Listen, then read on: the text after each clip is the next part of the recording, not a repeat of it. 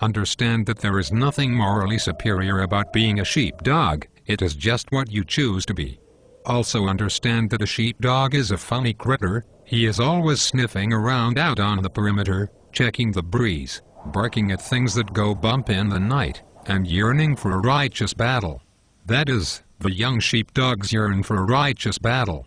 The old sheepdogs are a little older and wiser, but they move to the sound of the guns when needed right along with the young ones. Here is how the sheep and the sheepdog think differently. The sheep pretend the wolf will never come, but the sheepdog lives for that day. After the attacks on September 11, 2001, most of the sheep, that is, most citizens in America said, "Thank God I wasn't on one of those planes." The sheepdogs, the warriors, said, "Dear God, I wish I could have been on one of those planes. Maybe I could have made a difference." When you are truly transformed into a warrior and have truly invested yourself into warriorhood, you want to be there. You want to be able to make a difference. While there is nothing morally superior about the sheepdog, the warrior, he does have one real advantage, only one. He is able to survive and thrive in an environment that destroys 98% of the population.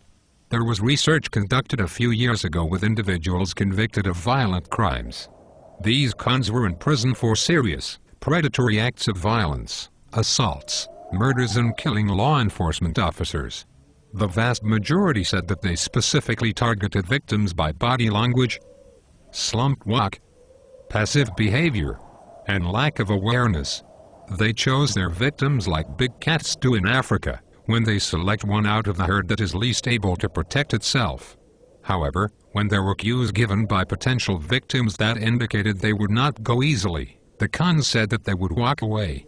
If the cons sensed that the target was a counter-predator, that is, a sheepdog, they would leave him alone unless there was no other choice but to engage. One police officer told me that he rode a commuter train to work each day. One day, as was his usual, he was standing in the crowded car, dressed in blue jeans, t-shirt and jacket, holding onto a pole and reading a paperback. At one of the stops, two street toughs boarded, shouting and cursing and doing every obnoxious thing possible to intimidate the other riders. The officer continued to read his book, though he kept a watchful eye on the two punks as they strolled along the aisle making comments to female passengers, and banging shoulders with men as they passed.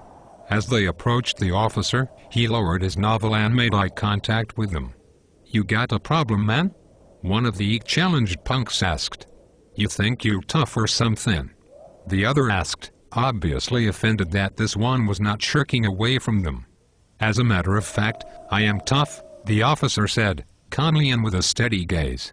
The two looked at him for a long moment, and then without saying a word, turned and moved back down the aisle to continue their taunting of the other passengers, the sheep. Some people may be destined to be sheep and others might be genetically primed to be wolves or sheepdogs.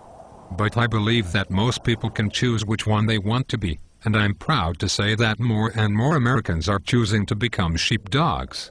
7 months after the attack on September 11, 2001, Todd Beamer was honored in his hometown of Cranberry, New Jersey. Todd, as you recall, was the man on Flight 93 over Pennsylvania who called on his cell phone to alert an operator from United Airlines about the hijacking. When he learned of the other 3 passenger planes that had been used as weapons, Todd dropped his phone and uttered the words, "Let's roll," which authorities believe was a signal to the other passengers to confront the terrorist hijackers. In 1 hour, a transformation occurred among the passengers.